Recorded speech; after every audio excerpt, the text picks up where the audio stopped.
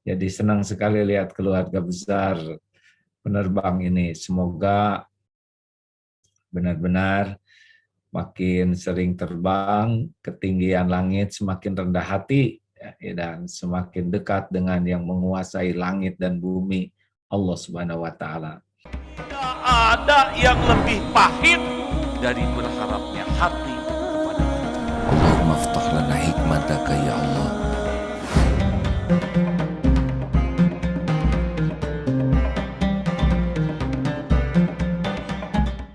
Ceramah keagamaan pada sore hari ini bertemakan menanggapi hikmah Ramadan guna membangun pertahanan diri untuk menghadapi pandemi COVID-19. Maka dari itu kenapa kita sore hari ini mengambil tema menanggapi hikmah Ramadan guna untuk membangun pertahanan diri. Karena Ramadan tahun ini bertepatan dengan pandemi COVID itu yang masih berjalan. Oh iya nih benar nih. Bener kan? Maka dari itu, bagaimana cara kita? MC Hergi. Hergi MC, silakan dan Bukan menanggapi ya, menggapai. Bagaimana kita menggapai hikmah Ramadan? Jadi bukan menanggapi ya.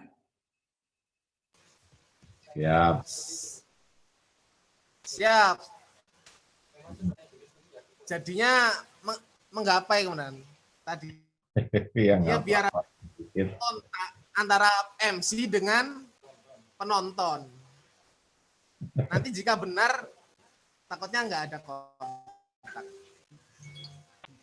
Baiklah, selamat sore Al Ustadz Agim. Assalamualaikum warahmatullahi wabarakatuh. Waalaikumsalam warahmatullahi wabarakatuh. Alhamdulillah, senang sekali saya bisa menyapa Al Ustadz Agim. Yang biasanya cuma lihat di TV ya nih. Iya, sekarang lihatnya di laptop. Baiklah, untuk mempersingkat waktu, kepada Al Ustadz Agim, waktu dan tempat kami persilakan. Alhamdulillah, terima kasih ini kepada Kembar Group ya. Alhamdulillah. Menarik sekali Pak Komandan, Masya Allah. Pak Taufik, Nur, Cahyo, dan istri, Masya Allah, dan seluruh keluarga besar Skadron 32 ini ya. Benar? Alhamdulillah. Assalamualaikum warahmatullahi wabarakatuh. Waalaikumsalam warahmatullahi wabarakatuh. Waalaikumsalam warahmatullahi wabarakatuh. Warahmatullahi wabarakatuh. Suara, gambar, baguskah? Tersimak? Bagus, Kak. Siap, alhamdulillah bagus. Ya, mohon maaf, barusan terputus ya. Ini melihat seragam loreng begini, ingat ayah karena lahir dari keluarga prajurit ya. Alhamdulillah, ini nostalgia sedikit. Kalau lihat terbang-terbang, dulu pernah kebagian belajar juga pernah dengar dulu suka terbang di sana di Madiun ya, terakhir F5E tuh 2 kali di sana nebeng ya, Masya Allah. Jadi senang sekali lihat keluarga besar penerbang ini. Semoga benar-benar makin sering terbang, ketinggian langit semakin rendah hati, dan semakin dekat dengan yang menguasai langit dan bumi, Allah Subhanahu wa Ta'ala. Kalau dilihat dari depan wajahnya ada kemiripan, ya ini wajah-wajah banyak persoalan, ya banyak masalah. Benar atau benar? Benar. Berikut ini adalah 5 kiat sederhana menghadapi persoalan hidup, karena akan terus ada masalah dalam hidup ini. Tapi yang paling penting kita paham bahwa masalah itu bukan bagian dari beban. Masalah itu bagian dari karunia. Jangan lupakan itu ya, Pak. Orang tidak lulus itu bukan karena ujiannya. Orang tidak lulus itu karena salah jawabannya. Jadi tentang COVID ini sudah takdirnya sekarang episode kita jalanin ini. Tinggal bagaimana kita menyikapinya. Mau dibawa stres, ayo. Mau dibawa meningkatkan kualitas diri, kualitas iman juga ayo. COVID tidak bisa disalahkan, Karena COVID ini virus ciptaan Allah yang kerjanya virus ini adalah bertasbih kepada Allah, dan episodenya sedang ada di zaman kita sekarang.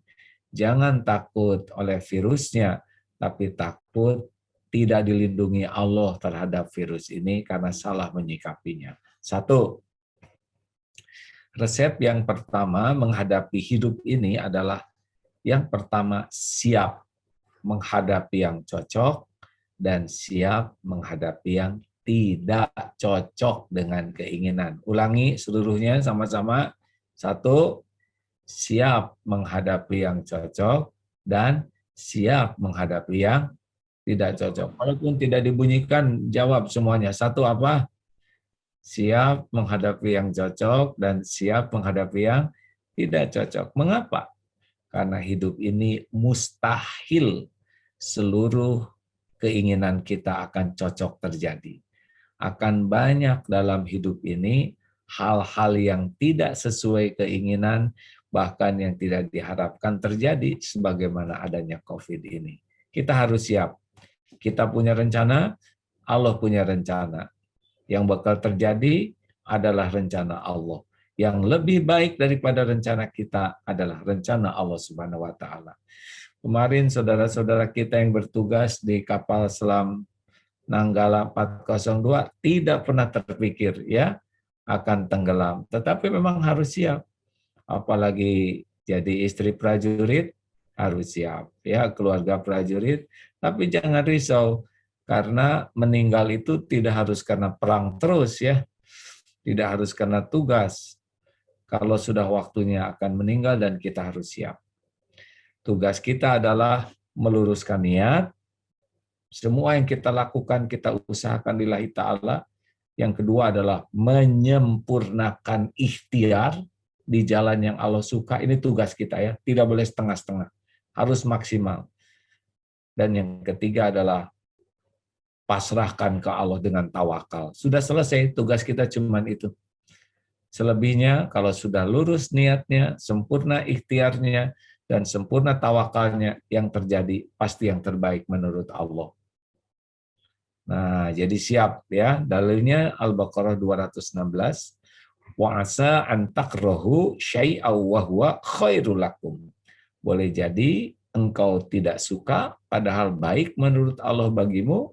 Wa asa an tuhibbu syai'aw wa huwa syarrul lakum. Boleh jadi engkau menyukai sesuatu padahal buruk menurut Allah. Wallahu ya'lamu, dan Allah Maha tahu, wa antum, dan kamu la ta'lamun, tidak tahu. Makanya jangan sotoy, jangan so tahu ya.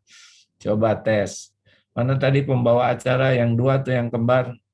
MC mana? Kok menghilang MC-nya nih? Ya udah nggak apa-apa. Mungkin sedang persiapan buka. Hadir AA. Coba jawab. Mana MC? Digigit anjing Ya, baik? Ustaz. Jawab. Digigit anjing baik buruk? Bro, Baik. Ini kompak nih, ada MC dua, yang satu baik satu buruk. Begini. Tergantung ya. Pernah ada orang yang minta jodoh. Ini bukan prajurit. Ya Allah beri saya jodoh.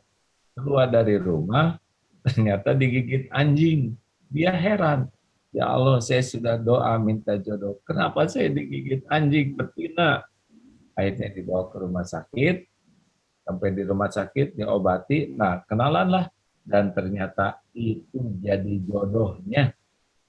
Jadi digigit anjing itu ternyata bagian dari terkabulnya doa. Karena jodohnya di rumah sakit supaya ketemu, digigitlah oleh anjing, lalu ke rumah sakit. Jadi kadang-kadang takdir itu belok-belok begitu. Jadi jangan berburuk sangka dengan takdir yang tidak cocok dengan keinginan kita. Karena boleh jadi itulah yang lebih baik dan mencapai sesuatu yang lebih baik dari yang kita inginkan. Nah, ini tidak berarti prajurit yang belum nikah nyari anjing yang menggigit. Beda-beda takdirnya ya. Dan kalau begitu anjing jangan beli syukuran. Belum tentu jadi jodoh. Dan kedua, kalau sudah terjadi harus ridho. Ulangi, kalau Ridho. harus ridho. Apa bedanya ridho dengan ikhlas? Kalau sedang beramal, sedekah, menolong orang, itu ikhlas. Tapi kalau menerima takdir, itu ridho. Ya, beda ya. Ikhlas itu dalam berbuat, beramal, ridho itu dalam menerima ketentuan Allah. Nah, biasanya suka ketukar-tukar, saya harus ikhlas menerima ini. Bukan harus ikhlas, harus ridho. Faman rodya falahur ridho. Barang siapa yang hatinya ridho menerima episode yang Allah takdirkan, maka Allah akan ridho kepadanya. Waman sakhito falahus suktu. Dan barang siapa yang tidak menerima episode yang Allah tetapkan, maka Allah pun akan murka kepadanya. Maka ibu bapak, penderitaan kita tuh sebetulnya bukan pada takdirnya, tapi pada nerima atau tidak takdir. Ya, banyak di antara kita kan tidak menerima kenyataan. Makanya kalau terjadi sesuatu, katakanlah qadarullahi wa ma syaa fa'al.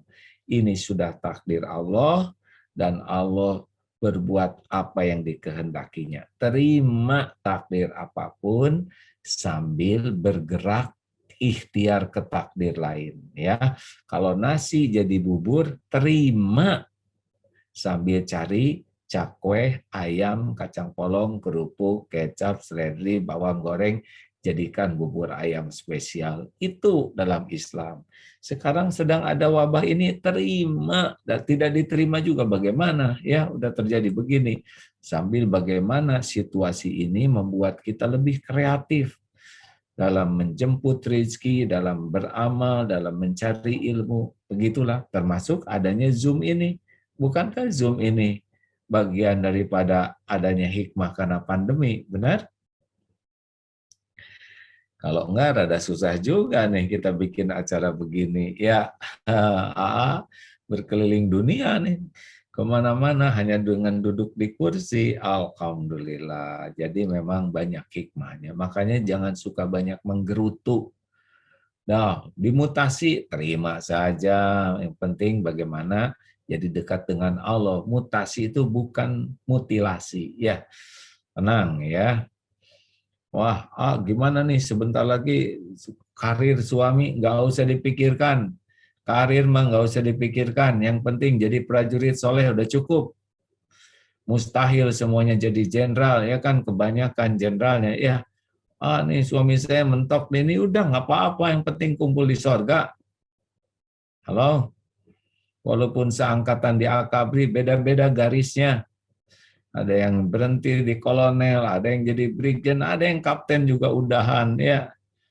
Makanya relax sajalah ya, terima episode yang ada sambil bergerak ke takdir lain.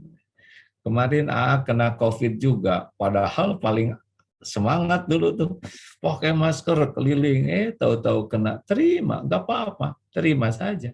Sambil berobat RSPAD, alhamdulillah, banyak hikmahnya. 3, ulangi 1 apa? Siap menerima yang cocok dan tidak cocok. 2, ridho. Kalau sudah terjadi sambil ikhtiar. Ya, kalau orang tidak bisa menerima takdir, dia tidak bisa ikhtiar. Pasti kegulung oleh penderitaan hatinya, tidak akan kreatif. 3, jangan mempersulit diri. Ulangi, jangan mempersulit diri. Yang mantap. Wah, itu bujangan skadron 32 itu, hei bujangan, jawab. Jangan lihat kiri kanan, kelihatan nih, terpantau. Masya Allah.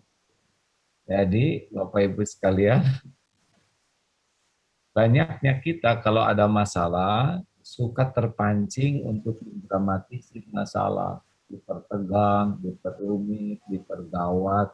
Akhirnya kita menderita itu bukan oleh masalahnya, tapi oleh pikiran kita yang berlebihan terhadap masalah. Betul? Betul. Ya, kan ada apa-apa, terus pandai mengendalikan pikiran. Kendalikan hati, jangan sampai kita menderita oleh dramatisasi pikiran kita sendiri. Kalau dalam Islam disebut yasiru wala tu'asiru. Mudahkan urusan, jangan dipersulit. Basyiru wala tunafiru. Gembirakan. Buatlah suasana itu menyenangkan, jangan dibuat mencekam. Begitu. Kita ini sudah dalam keadaan begini, jangan dipersulit dengan pikiran dan sikap yang menambah masalah. Ya, ini seluruhnya. Oh, gimana nih tentang rezeki? Tenang. Rezeki mah udah beres pembagiannya. 120 hari kita di perut ibu sudah beres. Kalau ngandelin gaji mah prajurit udah pada nggak cukup, pada meninggal dari dulu ya kan. Kalau ngandelin gaji, saya kan anak prajurit, saya tahu gaji bapak saya ya. Walaupun perwira ya tetap terbatas, tapi hidup. Karena rezeki itu kan Allah yang ngatur, bukan kantor yang ngatur. Sebagian rezeki itu lewat gaji. Tapi banyak cara Allah menjamin rezeki hambanya. Oleh karena itulah, jangan sampai sibuk memikirkan rezeki sampai lupa kepada Allah yang membagikan rezeki. Gimana nih, teman saya nih, tetangga saya nih, dia ngomongnya nggak enak, ya sudah, itu kan pilihan dia, ngomong nggak enak, kita yang enak aja. Tetangga saya ini pelit loh, pelit itu karena kita pengen dikirim. Wes ben bae, ojo mumet-mumet, ya. Kalau dia yang pelit, kita yang dermawan. Dia ngomong jelek, kita yang ngomong baik. Jangan hidup jadi susah, terpenjara oleh perilaku orang lain.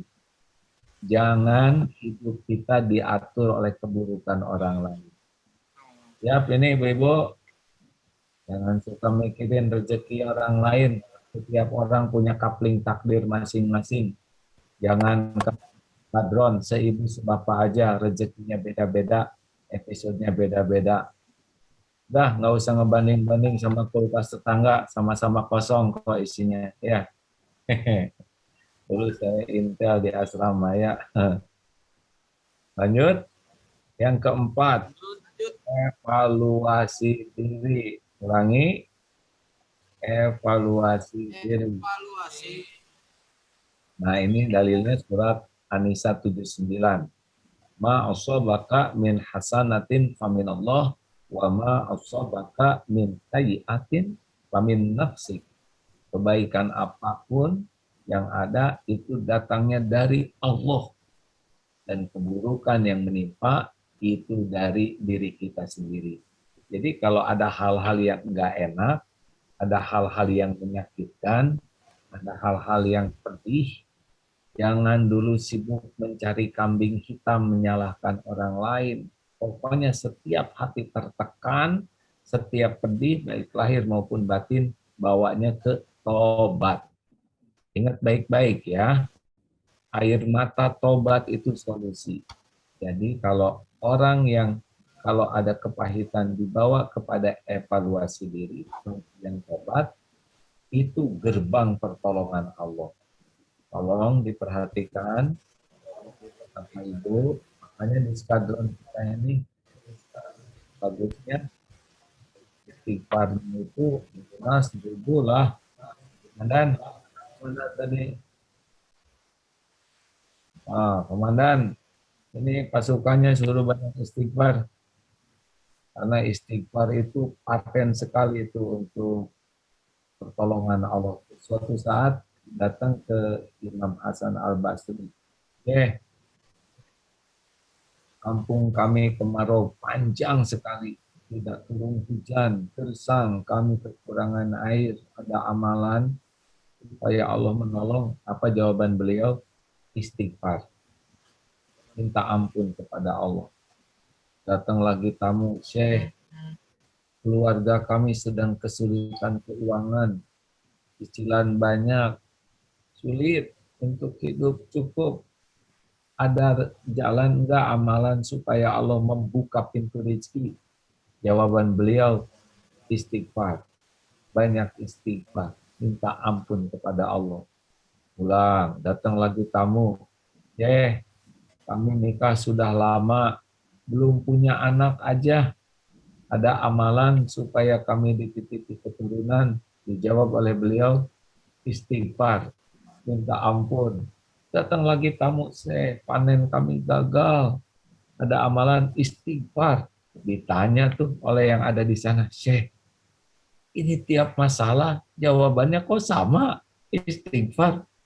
Lalu dijawab oleh beliau, itu bukan perkataanku, itu janji Allah dalam surat Nuh ayat 10 dan 11. Coba baca nanti ya. Surat Nuh ayat 10 11. A'udzubillahi minasyaitonirrajim. Faqultu astaghfiru rabbakum innahu kana ghaffara.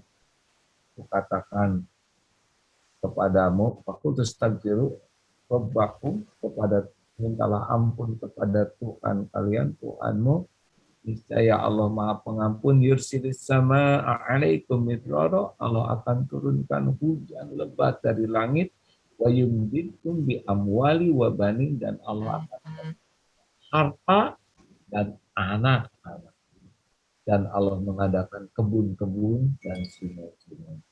Makanya nih teman-teman, ajak istighfar yang banyak, coba aja nih 1.000, 2.000 ya, daripada banyak ngobrol, lebih baik banyak istighfar. Lihat nanti, lihat saja. Sama nih, di pesantren juga kan sudah 1.300 nih karyawan yang harus digaji nih. Belum lagi kuda ya, sama kalau di sana pesawat, kalau kami kuda ya. Ada Denkaf namanya, Densankut, detasemen santri berkuda. Itu harus makan kuda itu. Istighfar terus semuanya dengan izin Allah. Dari mana saja datangnya rezeki itu. Kemudahan, kelapangan. Nah, menurut Rasulullah ada 3 nih ya, keutamaan kalau orang banyak istighfar. Waman aksarul minal istighfar, barang siapa yang memperbanyak istighfar, ja'alallahu lahu min kulli ammin farajan. 1 ya, akan ditenangkan hati. Jadi hati ini tidak galau, tidak nyesek, tidak cemas, tidak menderita. Itu kalau banyak istighfar dicabut kegelisahan. Yang kedua, wa min kulli doikin makhrajan. Pasti ada jalan keluar. Jalan keluar dari masalah apapun dalam kehidupan ini. Masalah rezeki, masalah kesehatan, masalah anak, atau istighfar. Dan yang ketiga, warazaqahu min haitsu la yahtasib. Dan Allah akan memberikan rezeki yang tidak diduga-duga, yang tidak disangka-sangka. Itu hadiah bagi yang banyak minta ampun. Yang keempat, makanya di dalam ini menghadapi COVID ini, selain protokol kesehatan, juga protokol ibadah dan doa tingkatkan, tambah. Karena doa bisa merubah takdir ya, yang harusnya kena bisa enggak. Yang ketiga adalah protokol istighfar. Nah, makin banyak istighfar, karena bala menimpa karena dosa, bala diangkat karena taubat. Dan protokol yang keempat, sedekah. Karena sedekah itu bisa jadi penolak bala. Dan yang terakhir, yang kelima, cukuplah Allah sebagai penolong kita. Ulangi, Allah sebagai penolong kita. Kenapa? Hasbunallah wa ni'mal wakil, ni'mal maula wa ni'man nasir. Karena selain Allah itu, coba diperhatikan, selain Allah Subhanahu wa taala adalah ciptaan Allah yang tidak bisa memberi manfaat tanpa izin Allah, dan juga tidak bisa memberi mudarat tanpa izin Allah. Bergabung seluruh jin dan manusia, janji dan berusaha memberikan 1 butir kurma saja atau 1 butir nasi untuk kita. Kalau Allah tidak menghendaki, tidak bisa. Tidak akan terjadi. Mau janjimu apa, tidak bisa. Pokoknya hanya bisa terjadi nikmat itu dengan izin Allah. Sekarang bergabung jin dan manusia mengancam akan mencelakakan kita. Tidak akan menimpa kita musibah kecuali dengan izin Allah. Tidak ada nikmat yang datang tanpa izin Allah. Tidak ada musibah yang bisa menimpa tanpa izin Allah. Allah penguasa setiap kejadian. Makanya orang kena COVID itu bukan karena pilihan virus. Orang kena COVID itu pilihan Allah ya. Saya kan alumni juga. Nah, dengan saya Ali itu selang sehari itu kenanya. Masuk rumah sakitnya beda sehari. Tapi beliau sudah pulang duluan karena Allah sudah menetapkan ajalnya sakit ya. Alhamdulillah masih diberi kesempatan memperpanjang bekal pulang. Nah, rekan-rekan sekalian, makanya ada apa-apa tuh jangan dulu ngomong ke orang, jangan curhat ke orang. Kalau ada apa-apa, wasta'inu bisobri wassalat. Dan jadikan sabar dan sholat sebagai penolongmu. Jadi maksudnya raih pertolongan Allah lewat sabar dan sholat. Apa sabar? Sabar itu adalah menahan diri, mengendalikan diri, ya dari keluh kesah, dari ngerasuloh, dari putus asa dan tumpahkan dalam sholat. Ayo, sekarang saya senang sekali ya, para komandan, para prajurit sudah lebih serius di dalam belajar agama dan mengamalkan. Zaman dulu, waktu ayah saya jadi tentara, aduh, dari prajurit sholat susah, yang sholat susah naik pangkat, zaman dulu loh ya. Gak ada tuh istri prajurit berjilbab kalau kita tuh susah. Tapi sekarang Allah sudah buat suasananya berbeda, lebih banyak ibadah, lebih banyak pengetahuan agama, dan lebih banyak mengamalkan. Nah, perbaiki sholat ya. Ini boleh kasih bonus 5 ya, penutup kalau ingin ditolong oleh Allah. 1, tekad kuat dan bulat untuk ditolong Allah. Jadi hati itu harus bulat. Penolong saya adalah Allah yang menguasai langit dan bumi, yang menguasai segala-galanya dan menentukan segala sesuatu. Tempat saya berlindung, bersandar, memohon hanya Allah. Dialah satu-satunya penguasa segala-galanya. Lain Allah adalah makhluk ciptaan. 2, perbanyak tobat. Seperti yang tadi diungkapkan, terus minta ampun yang banyak. Yang paling ringan, astagfirullahaladzim. Astagfirullah, astagfirullah, ampuni saya ya Allah, astagfirullah. Makin banyak sambil, kalau kata Imam Hasan Basri, sambil jalan, duduk, menghadapi makanan, sambil masak, sambil berbaring, sambil berkendaraan, istighfar. Karena kita tidak tahu kapan saatnya istighfar kita diterima oleh Allah. Yang ketiga adalah jauhi maksiat.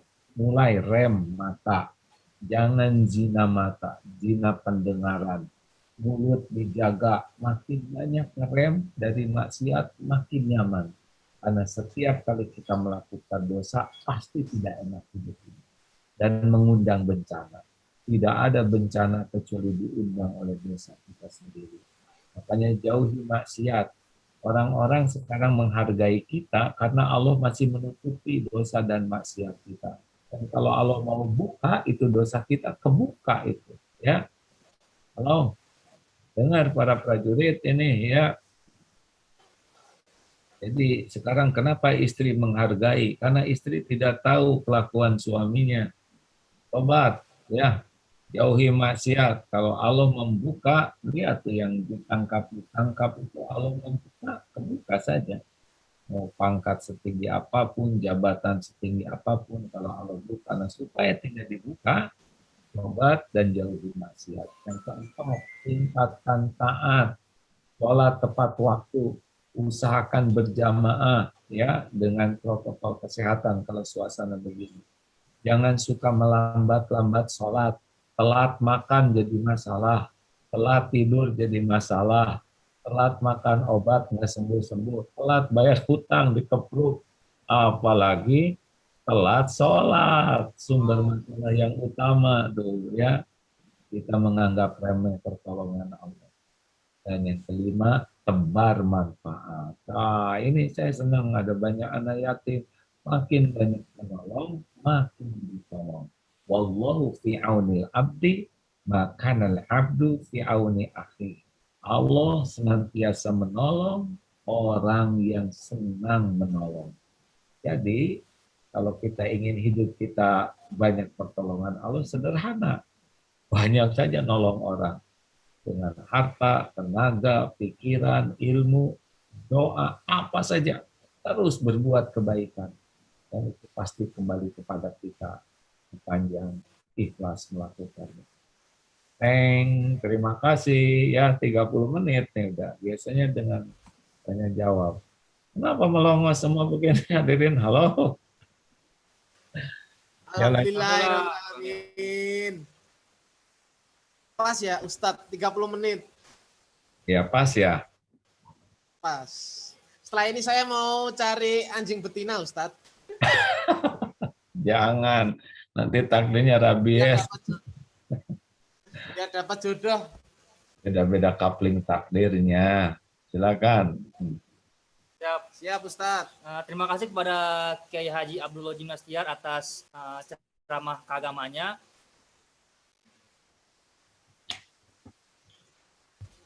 Di Skadron ini ada Baik, pesawat untuk- apa? Ada pesawat di sana kah? Siap ada Ustadz. Untuk pesawatnya C-130 Hercules. Oh ya, yang terjun-terjun pakai pesawat ini dong. Kan? Siap, Siap. benar Ustadz. Betul Ustadz. Nah, dulu ada yang pernah bawa enggak? Saya tahun 2004 tuh. AA naik pesawat apa dulu? Iya, Hercules waktu. Hercules. Iya. Waktu Tahun 2000 saya masih 2004. 2004 itu saya masih SD Ustadz. SD Ustadz. kelas. Pernah saya dulu sama saya Ustadz.